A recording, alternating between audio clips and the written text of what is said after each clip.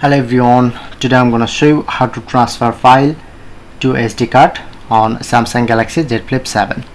So simply you just take a card reader, SD card, big or small SD card as you can like. Just adjust your card reader and take a converter. This converter is USB to Type C.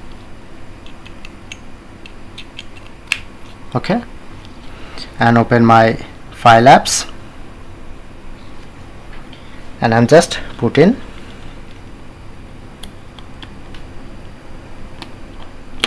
okay, and then showing it to connected my USB drive or SD card. Now successfully connected my SD card. So I'm just transfer any file, photo, video as you can like, SD card to your phone or phone to SD card. Same process. Like I'm open, select any photo or video, like I'm select PDF file, select, click on to move option.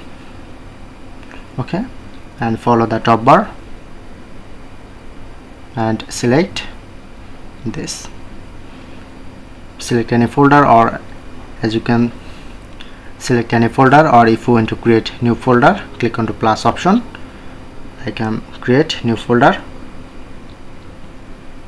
Okay, just open it, press on move here, and now successfully transfer.